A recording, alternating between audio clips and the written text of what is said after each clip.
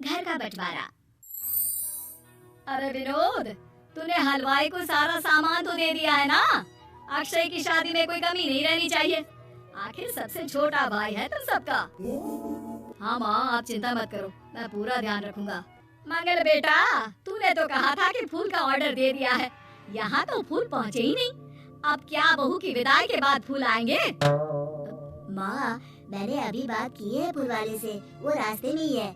आप किशोर भैया से क्यों नहीं कहती कुछ करने को? किशोर पहले ही मेरे बताए काम कर रहा है। पास के सभी रिश्तेदारों और मोहल्ले वालों को कार्ड वही तो देकर आया था। रिसेप्शन के लिए हॉल भी उसी ने बुक किया था। टेंट कुर्सी वालों को भी तो वही देख रहा है। पर कई मोहल्ले वाले तो हमारे भरे पूरे परिवार से जलते भी है, उन्हें बुलाने की क्या जरूरत थी? बेटा, शादी ब्याह में तो बुलाना ही पड़ता है, नहीं तो लोग क्या कहेंगे?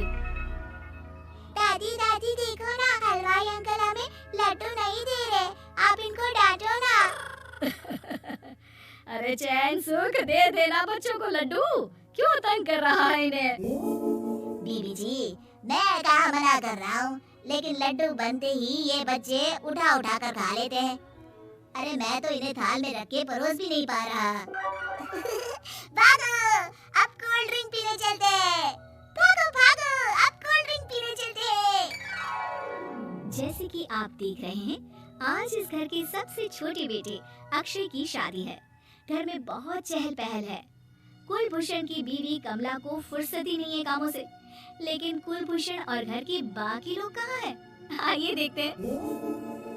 अजी, आप यहाँ आराम से बैठकर गाने सुन रहे हो और घर में अभी तक इतने काम बचे हैं करने को। अरे भाई, मेरे सबसे छोटे बेटे की शादी है, इसके बाद तो मैं अब चिंता मुक्त हो ही जाऊंगा।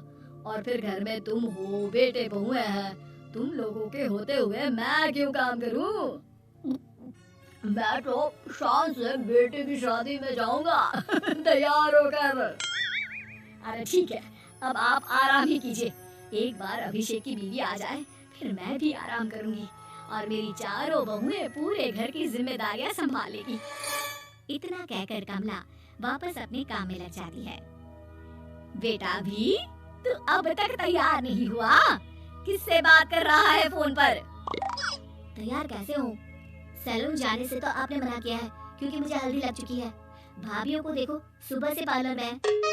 अक्षय की शादी हो जाती है और नंदिता बहू बनकर घर आ जाती है, लेकिन इस घर की खुशियों को मानो किसी की नजर लग गई थी।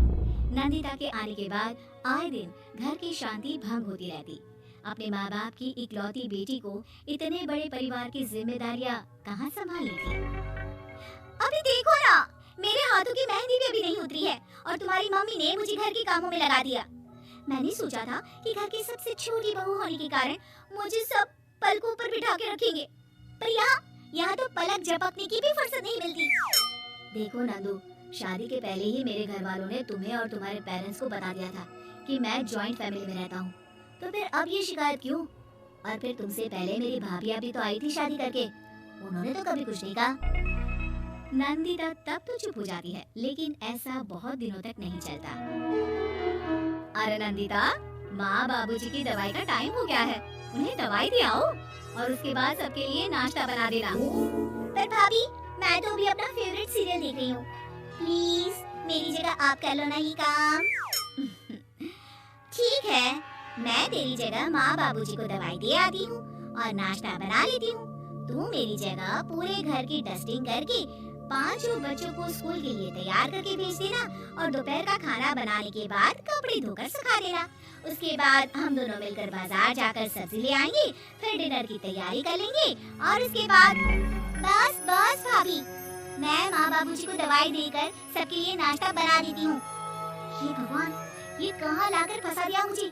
मेरे घर में तो गिनती की 8 रोटियाँ और 2 सब्जी बनती थी और नाश्ता निपट जाता था। यहाँ तो रोटियों का ढेर और सब्जियाँ बड़े बड़े पतीलों में बनानी पड़ती है। नाश्ता बनते बनते लंच का टाइम हो जाता है और लंच बनते बनते डिनर का। अभी मुझ में तुम्हारे पूरे परिवार का नखरा उठाने की और ताकत नहीं बची। मैं ऐसे नहीं रह सकती। अरे तो क्या चाहती हो तुम? मुझे अलग रहना है बस। तो ठीक है, हम कल ही शिफ्ट हो जाएंगे किराए के घर में। इतना बड़ा घर होते हुए हम किराए पे क्यों रहेंगे? ना जी ना, घर में ही दीवार खड़ी करो अपने हिस्से के आगे। घर के साथ साथ घर की खुशियों में भी दीवार खींच जाती है। ऐसे ही कई महीने बीत जाते हैं और नंदिता माँ बन जाती है। बच्चे के आने से अभिषेक के कंधों पर खर्चों का बोझ आ पड़ता है। अभिषेक का बोझ कम करने के लिए नंदिता भी पार्ट टाइम जॉब कर लेती है, लेकिन इससे उसके सर पर नौकरी, घर और बच्चे की जिम्मेदारी बढ़ जाती है। नंदिता, ये क्या है? तुमने घर भी ठीक से साफ नहीं किया, ना ही मेरे कपड़े धुले हैं। चिंटू के बाल भी कटवाने जाना था, देखो उसके बाल कितने बढ़ गए हैं। अरे करती क्या हो पूरा दिन तुम? मैं करती क्या हूँ? तुम्हारा नाश्ता और लंच बनाने के बाद चिंटू को डे केयर सेंटर पर छोड़ कर आती हूँ, फिर खुद ऑफिस जाती हूँ। पूरा दिन काम करके आने के बाद बिना आराम किए बाजार से सब्जियाँ लेकर आती हूँ, घर आकर खाना बनाती हूँ, चिंटू को देखती हूँ, और क्या करूँ मैं? तो किसने कहा था अपने सर पर इतने काम लेने को? मत जाओ ऑफिस। ऑफिस जाए बिना घर के खर्चे कहाँ से पूरे होंगे? चिंटू की डे केयर का खर्च, उसके लिए बेबी फूड का खर्च, प्रेस वाले का खर्च, ये सब तुम्हारी सैलरी से होता नहीं है। अगर परिवार से अलग नहीं होती तो इतनी मुसीबतें नहीं उठानी पड़ती तुम्हें परिवार के साथ मिलकर काम करने में दिक्कत थी, लेकिन काम तो अभी बहुत है तुम्हारे सर पर। चिंटू को भी डे केयर भेजने की जरूरत नहीं पड़ती, उसको गोद में खिलाने के लिए दादा दादी और घर के सभी बड़े होते, उसके साथ खेलने के लिए उसके भाई बहन भी होते। मेरे तीनों बड़े भाइयों के बच्चे भी बड़े हुए हैं, लेकिन बिना महंगा बेबी फूड खाए, क्योंकि मेरी माँ और भाभियाँ बहुत अच्छे से जानती है कि बच्चे को क्या खिलाना चाहिए। बिजली के बिल जैसे खर्चे भी सब मिलकर बांट लेते थे, लेकिन तुम्हें तो सबसे अलग रहने में ही मजा आता है, तो अब शिकायत क्यों करती हो? बस करो अभिषेक, बस करो। मैं मानती हूँ कि मैं गलत थी। मेरे एक गलत फैसले ने हमें बिल्कुल अकेला कर दिया है सबसे। एक घर में होते हुए भी हम बाकी परिवार से अजनबियों की तरह रह रहे हैं। अभिषेक और नंदिता की सारी बातें घर के बाकी लोगों को सुनाई दे रही थी।